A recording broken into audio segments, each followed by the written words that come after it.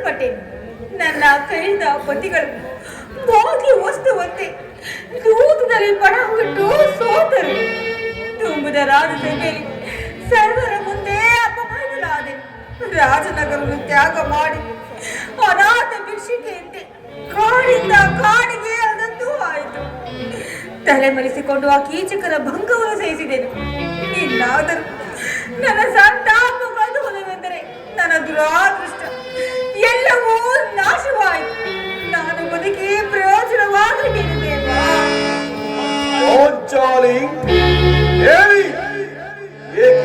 ಚಿಂತಾಕ್ರಾಂತರಾಗಿರುವೆ.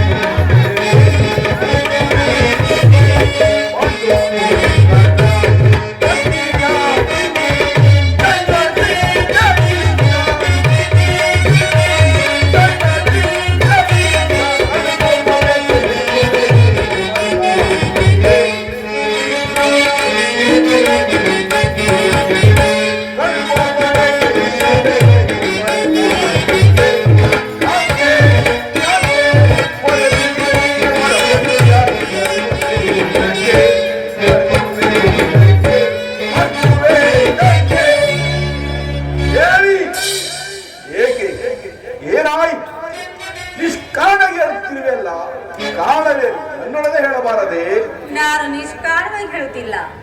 ಈ ದ್ರೌಪದಿ ಹಳುವಿಗೆ ಒಂದಲ್ಲ 16 ಕಾರಣಗಳಿರುವವು. ನೀವು ಪುರುಷರು, ನಿಮಗೆ ಯಾರಾದರೂ ಅಪಮಾನ ಮಾಡಿದರೆ ಅವರಿಗೆ ತಕ್ಕ ಪ್ರತಿಕಾರವನ್ನು ಮಾಡುವಿರಿ. ಆದರೆ ಸ್ತ್ರೀಯರ ವಿಚಾರ ಹಾಗಲ್ಲ. ತನ್ನ ಆತ್ಮ ಗೌರವವನ್ನು ರಕ್ಷಿಸುವುದಕ್ಕಾಗಿ ಪರರ ಆಶ್ರಯಬೇಕು. ಜೀವಿದಾತ ಇಂಥ ಸ್ತ್ರೀ ಜಾತಿಯನ್ನು ಹೇಗೆ ತಾನೇ ಸೃಷ್ಟಿಸಿದೇವಾ? ಅಳಬೇಡ ಪಾಂಚಾಲಿ, ಅಳಬೇಡ. ಸ್ತ್ರೀಯರ ಪರಾಧೀನತೆಯು ನಮ್ಮ ಸಮಾಜದ ನಿಯಮ. ಭಗವತ್ ಸ್ವರೂಪಿಗಳಾದ ಆ ಋಷಿಗಳ ಹಾಗೆ ಏನು ಪತ್ನಿ ದೂತದಲ್ಲಿ ಪಣವಾಟ ಸೋಲುವಂತೆ ನಿಮ್ಮ ಋಷಿಗಳಾಜ್ಞೆ ಮಾಡಿದ್ರಲ್ಲವೇ? ಪತಿಗಳು ತಪಸ್ಸು ಮಾಡ ಪಡೆಯಬೇಕು ನಿಮ್ಮಂತಹ ಪತಿಗಳು. ಅಣ್ಣನಂದು ದಿನದ ಏಕದರಿಂದ ಈ ನಿಂದೆಯು ನಮ್ಮನ್ನು ಸಾಯುವ ತನಕ ಬಿಟ್ಟದಲ್ಲ. ಅಣ್ಣನ ಅನಂತ ಅಪರಾಧಗಳು ಮನ್ನಿಸುವಂತೆ ನಾನು ನಿನ್ನಲ್ಲಿ ಎಷ್ಟು ಬಾರಿ ಬೇಡಿಕೊಳ್ಳಲಿದ್ದೇವೆ ಅಂತಿರಲಿ. ಆದರೆ ಈ ದಿನ ದುಃಖಿಸಲು ಕಾರಣವೇನು ನನ್ನೊಡೆ ತಿಳಿಸಬಾರದೆ? ತಿಳಿಸುವೇನು, ಆದರೆ ಅದ್ರ ತಕ್ಕ ಪ್ರಯೋಜನವೇನು? ತಾವೆಷ್ಟೇ ಆದರೂ ಅಣ್ಣನ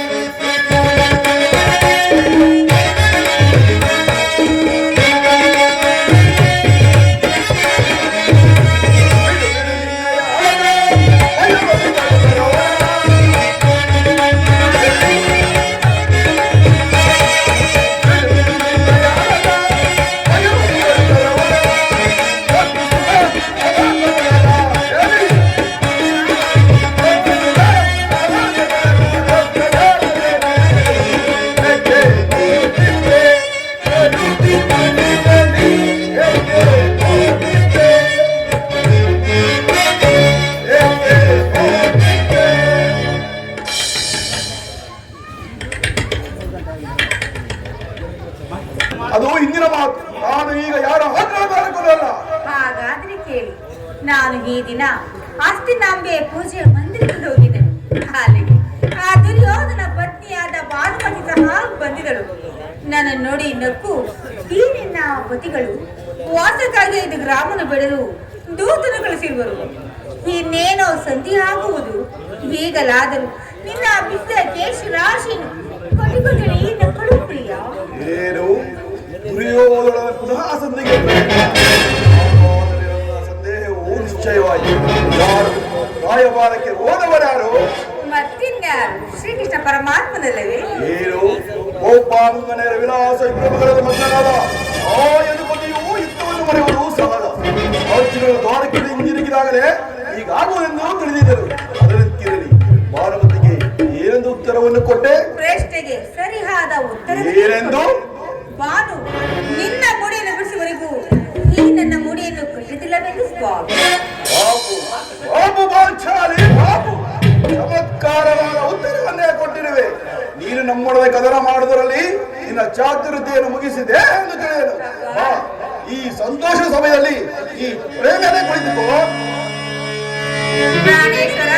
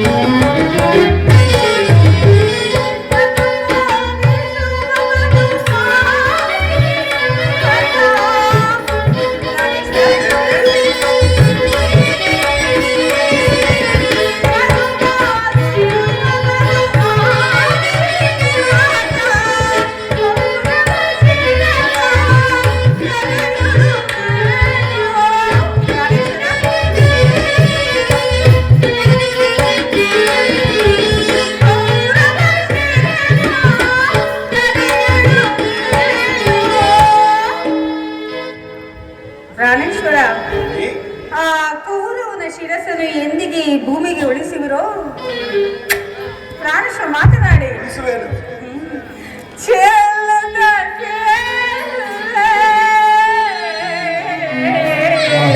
क्या बात है, क्या बात है, क्या बात है.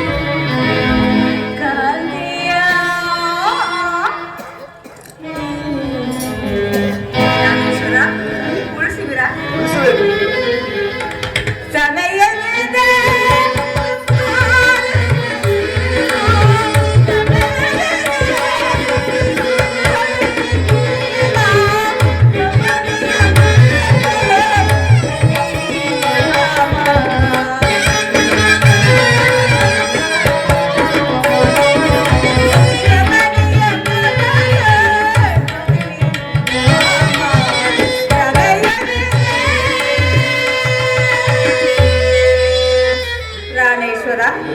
ನೆನಪಿದೆಯೇ? ಹಿಂದೆ ಒಂದು ದಿನ ಈ ವಿಚಿತ್ರ ಕೇಶ ರಾಶಿಯನ್ನು ನೋಡಿ ಕುರುಕಂತಕಾರರಾಗಿ ಸಂಬೋಧಿಸಿದಿರಿ ಮತ್ತು ಹೇಳಿದಿರಿ. ನನ್ನ ಬಾಯಿದ ಪ್ರತಿಜ್ಞಾ ವಾಕ್ಯಗಳು ಕೇಳಲು ಬಯಸುವೆಯಾ? ಮಾಡಿದ ಪ್ರತಿಜ್ಞೆಯನ್ನು ಪಡೆಯುವಂತ ಹೇಳುವುದು ಮಾತ್ರವಲ್ಲ, ಹಾಡಿದಂತೆ ಮಾಡಬೇಕೆನ್ನುವುದೇ ನನಗೆ ಇಚ್ಛೆ. ಏನು ಮಾಡಲಿ?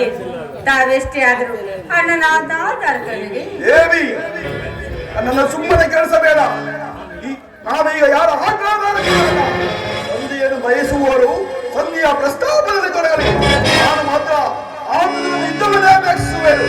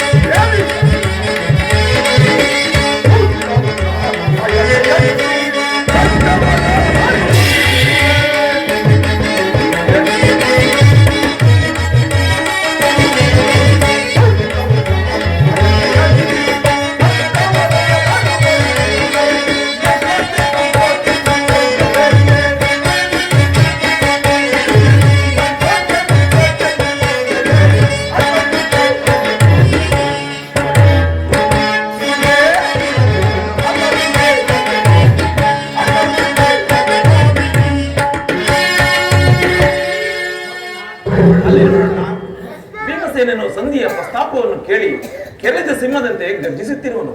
ಅವನನ್ನು ಸಮಾಧಾನ ಪಡಿಸಲು ನಿನ್ನಿಂದೊರೆತು ಮತ್ತಾರಿಂದಲೂ ಸಾಧ್ಯವಿಲ್ಲಣ್ಣ. ಅರ್ಜುನ, ಈ ಸಾರಿ ಇವನ ಕೋಪಕ್ಕೆ ಈ ದ್ರೌಪದಿಯೇ ಮೂಲ ಕಾರಣವೆಂದು ತೋರುವುದು. ಶ್ರೀಕೃಷ್ಣ ಪರಮಾತ್ಮನು ಹೇಳುತ್ತಿದ್ದನು, ಜಗತ್ತಿನ ಸುಖ ದುಃಖಗಳಿಗೆಲ್ಲ ಈ ಸ್ತ್ರೀಯರೇ ಮೂಲ ಕಾರಣರು.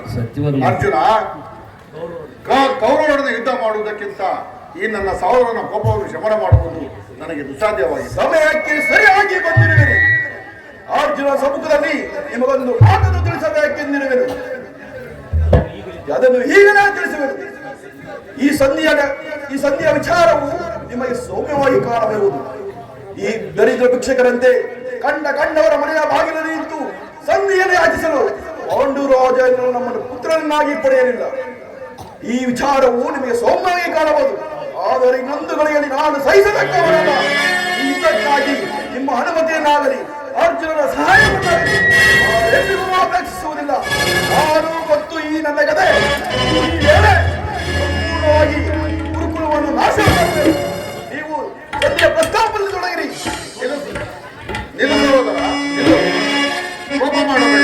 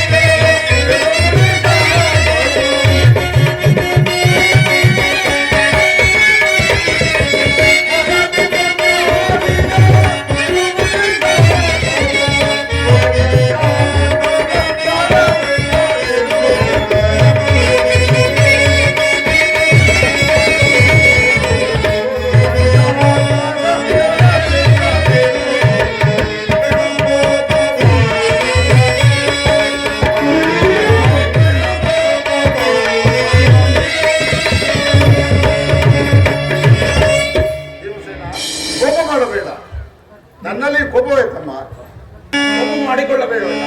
ಧರ್ಮಜನು ನಮಗೆಲ್ಲರಿಗೂ ಹಿರಿಯವನು. ಅವನ ಮಾತಿನಂತೆ ನಡೆಯುವುದು ನಮ್ಮೆಲ್ಲರ ಕರ್ತವ್ಯ ಅಲ್ಲವೇ ನನ್ನ ದ್ರೌಪದ? ಇದಕ್ಕೇನು ಹೇಳುವೆ?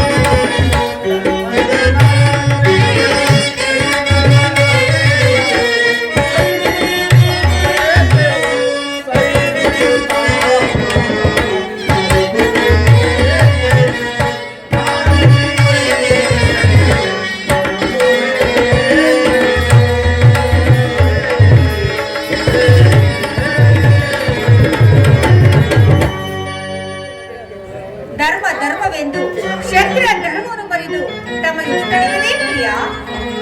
ಏನಿದು ಕೋಲಾಹಲ? ಶ್ರೀಕೃಷ್ಣ ಪರಮಾತ್ಮನಿತ್ತಲೇ ಬರುತ್ತಿರುವರು. ಅರ್ಜುನ, ನಾನಿನ್ನು ಹೊರಡುವೆನು. ಪ್ರಾಣೇಶ್ವರ, ಸ್ವಲ್ಪ ನಿಲ್ಲಿ. ಅದು ನೋಡಿ, ರಾಜ್ಯಸಭೆಯಿಂದ ಶ್ರೀಕೃಷ್ಣ ಪರಮಾತ್ಮ ಬರುತ್ತಿರುವರು. ಅವರಿಂದ ವಿಚಾರವನ್ನು ತಿಳಿದು ನಂತರ ತಮ್ಮ ಇಷ್ಟವಂತೆ ಮಾಡಿ. ಅಣ್ಣ,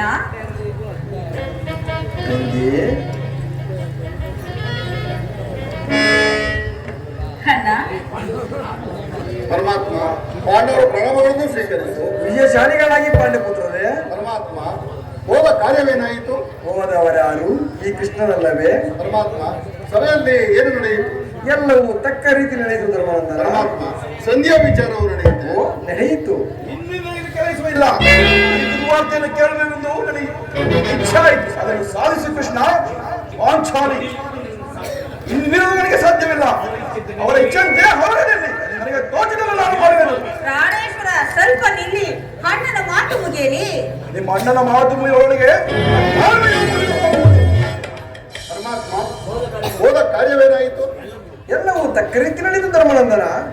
ಏನು ಕೃಷ್ಣ, ನಿನ್ನ ಸಮಸ್ಯೆ ಮಾತುಗಳು ಬೇಡ. ಅಗ್ರಜನ ಆಜ್ಞೆಯಂತೆ 5 ಗ್ರಾಮಗಳಿಗೆ ಸಂಧಿ ಆಯಿತೆ. ನಾನು ಓದುದು ಅದಕ್ಕಾಗಿ ಅಲ್ಲವೇ ಪ್ರಿಯ ಭೀಮಸೇನ? ನಿನ್ನ ಅಭಿಮತ. ಅಜ್ಞಾತ ವಾಸನೆಪದಿಂದ ಅರ್ಜುನನು ಬಳೆಯನ್ನು ತೊಟ್ಟನು. ಈ ಸಂಧಿಯ ನೆಪದಿಂದ ಇವರಿಗೂ ಸೀರೆಯನ್ನು ತಿಳಿಸಲು ಅವಳಿಸುತ್ತಿರುವ ಯಾದವಾದನಿ ಪಾಂಡುಪುತ್ರರ ಮೇಲೆ ಏಕೆ ಅಷ್ಟೊಂದು ಆಕ್ರೋಶ? ಭೀಮಸೇನ, ಇಷ್ಟೊಂದು ಅಸಹನೆ ಏಕೆ? ಸ್ವಲ್ಪ ಸಮಾಧಾನ ಮಾಡಿಕೊಂಡು ನನ್ನ ಮಾತನ್ನು ಸಂಪೂರ್ಣವಾಗಿ ಕೇಳು. ಇದು ನಿನಗೆ ಅತ್ಯಂತ ಸಂಬಂಧಪಟ್ಟ ವಿಷಯ. ಸ್ವಾಭಿಮಾನ ಶೂನ್ಯವಾದ ಈ ಭೀಮನಿಗೆ ಎಂತಹ ಸಂಬಂಧವಯ್ಯ? ಇರುವುದಯ್ಯ, ಅತ್ಯಂತ ನಿಕಟವಾದ ಸಂಬಂಧ ಇರುವುದು. ಪರಮಾತ್ಮ, ರಾಜ್ಯಸಭೆಯಲ್ಲಿ ಮುಂದೇನು ನಡೆಯಿತು? ರಾಜ್ಯಸಭೆಯಲ್ಲಿ ನಿಮ್ಮ ಸಂದೇಶವನ್ನು ಮಂಡಿಸಿದನು. ಅವರೆಲ್ಲರೂ ಒಪ್ಪಿದರು. ಯಾರು ಒಪ್ಪಿದರು? ಭೀಷ್ಮ, ದ್ರೋಣ, ವಿದುರ ಮುಂತಾದವರು. ಆ ದುರ್ಯೋಧನ ಆತನು ಸಹ ಒಪ್ಪಿದನು. ಇನ್ನು ಏನು ಕೆಲಸವಿಲ್ಲ. ಈ ದುರ್ವಾರ್ತೆಯನ್ನು ಕೇಳುವುದು ನಿಮ್ಮ ಇಚ್ಛೆ ಆಯಿತು. ಅದನ್ನು ಸಾಧಿಸಿ ಕೃಷ್ಣ, ಸಾಧಿಸಿ. ಸಹೋದರರೇ, ಆ ಪೌರುಷ ಬಲವನ್ನು ನೀರೇ ಬಂಧಿಸಿರಿ. ಈ ಭೀಮನು ಯಾವ ಪಾತ್ರವನ್ನು ಅಪೇಕ್ಷಿಸುವುದಿಲ್ಲ. ಅಗ್ನಸೇನೆ, ನೀನು ನಿರಾಶರಾಗಬೇಡ. ಈ ಭೀಮನು ಬದುಕಿದ್ದರೆ ನಿನ್ನ ಸೇಡನ್ನು ತೀರಿಸಲೇ ಬಿಡನು. ಇಲ್ಲಯ್ಯ, ನೀನು ನಿಜವಾಗಲೂ ಹಿಡಿಂಬಾಪತಿಯ ಸರಿ. ಇಷ್ಟೊಂದು ಕೋಪವಿಲ್ಲದಿದ್ದರೆ ಆ ರಕ್ಕಸನ್ನು ಆಳುವುದಾದರೆ ಹೇಗೆ? ಸ್ವಲ್ಪ ಸಮಾಧಾನ ಮಾಡಿಕೊಂಡು ನನ್ನ ಮಾತನ್ನು ಸಂಪೂರ್ಣವಾಗಿ ಕೇಳು. ಸುಮ್ಮನ ಕಾಣಬೇಡ ಕೃಷ್ಣ. ಈ ಸಂಧಿಯು ನನಗೊಪ್ಪದು. ನಿನಗೊಪ್ಪುವ ಸಂದೇಶವನ್ನು ದುರ್ಯೋಧನ ಕಳಿಸಿರುವನು. ಏನು ದುರ್ಯೋಧನ ಸಂದೇಶ? ಹಾಗಾದರೆ ಅದರ ಉದ್ದೇಶ ಏನು? ಏನ ಉದ್ದೇಶ? ನೀನ ಸಂದೇಶವನ್ನು ಕೇಳುವ ಇಚ್ಛೆ ಇದ್ದರೆ ನನ್ನ ಬಳಿ ಕೈ ಕಟ್ಟಿಕೊಂಡು ಕುಳಿತುಕೋ. ಇಲ್ಲವಯ್ಯ, ನಿಂತಿದಾಗಲೇ ಹೇಳಿಬಿಡು. ಇಲ್ಲವಯ್ಯ, ನೀನು ಕುಳಿತುಕೊಳ್ಳದ ಹೊರತು ನಾನು ಹೇಳಲಾಗುವುದಿಲ್ಲ. ಏನು ಪರಿಹಾಸವೇ ಕೃಷ್ಣ? ಪರಿಹಾಸ್ಯವಲ್ಲ ಭೀಮಸೇನ, ನಿನ್ನನ್ನು ಕಂಡರೆ ನನಗೆ ಅಷ್ಟೊಂದು ಭಯ. ಎಲ್ಲಿ ನಿನ್ನ ಗದೆಯನ್ನು ಬದಿಗಿರಿಸಿ ಸ್ವಲ್ಪ ಒಳ್ಳಿ ನನ್ನ ಬಳಿ ಕೈ ಕಟ್ಟಿಕೊಂಡು ಕುಳಿತುಕೋ. ಆಗ ನಿನಗೆ ಒಪ್ಪುವ ಸಂದೇಶವನ್ನು ತಿಳಿಸುವೆನು. ನಿನ್ನ ಇಚ್ಛೆಯಂತೆ ಆಗಲಿ, ಕುಳಿತುಕೊಳ್ಳಬೇಕು. ಬಿಡಯ್ಯ ಅರ್ಜುನ, ಕ್ಷಣಕಾಲ ಗದೆ ನಿಲ್ದಿಕ್ಕು. ಆಗಬಹುದು ಪರಮಾತ್ಮ. ನಾಗಸೇನೆ, ಸಮೀಪಕ್ಕೆ ಬಾ. ನಾನು ಹೇಳಿದಂತೆ ಮಾಡಬೇಕು ಕಂಡೆಯಾ? ಅಣ್ಣ, ನಿನ್ನ ಮಾತಿಗೆ ನಾನು ಪ್ರತಿಭೆಗಿರಿ ಅಣ್ಣ. ಹಾಗಾದ್ರೆ ತೆಗೆದಿಕ್ಕು. ಈ ಅಗ್ಗದಿಂದ ನಿನ್ನ ಪತಿಯ ಕಾರ್ಯಗಳನ್ನು ಬಂಧಿಸು. ಇದೇನು ಪರಿಹಾಸ್ಯವೇ ಅಣ್ಣ? ಪರಿಹಾಸ್ಯವರ ತಂಗಿ, ನೀನು ಶತ್ರುಗಳ ಎಡಮೈ ಬಿಡಿಸುವುದರಲ್ಲಿ ಮಹಾಪಂಡಿತಿಯಂತೆ. ಹಾಗೆ ನಿನ್ನ ಪತಿಯ ಕರಗಳನ್ನು ಬಂಧಿಸುವುದು ಹೊರತುವೇನೋ ನೋಡೋಣ. ಪಾಂಚಾಲಿ, ಕೃಷ್ಣನ ಹೇಳಿದಂತೆ ನನ್ನ ಕರಗಳನ್ನು ಬಂಧಿಸು.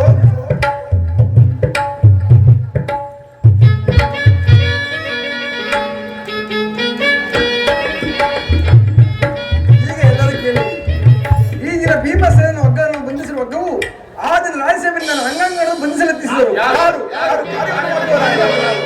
ಮತ್ತಿನಾರು ದುರಾಭಿಮಾನ್ಯ ದುರ್ಯೋಧನ ಆಜ್ಞೆ ಮಾಡಿದನು. ದುರಾಚಾರ್ಯ ದುಶ್ಯಾಸನ ಮಾಡಲು ಇಂತಹ ಕಾರ್ಯವನ್ನು ಅವರಿಂದಲ್ಲ ಮತ್ತಾರಿಂದಲೂ ಸಾಧ್ಯ. ಕೃಷ್ಣ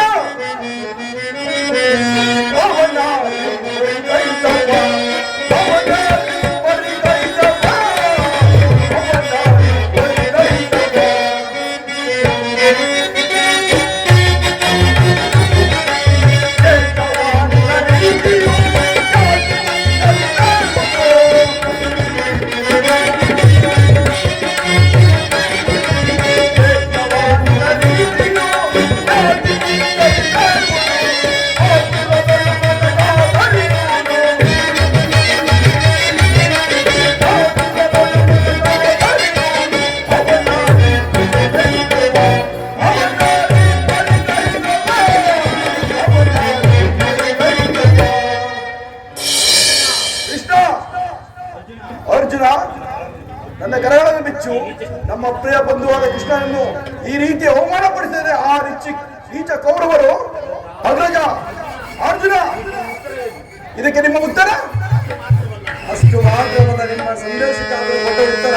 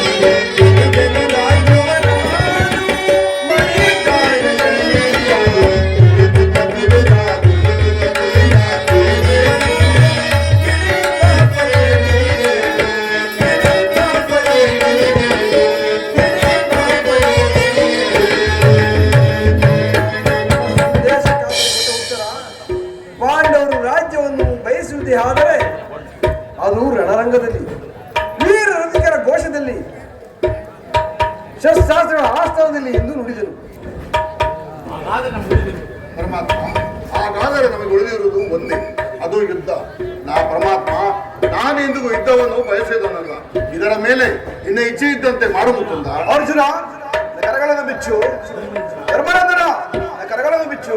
ಕೃಷ್ಣ, ನೀನು ಬಿಚ್ಚು. ಇಗೋ ಆಲೇ ಬಿಚ್ಚಿಕೊಳ್ಳು.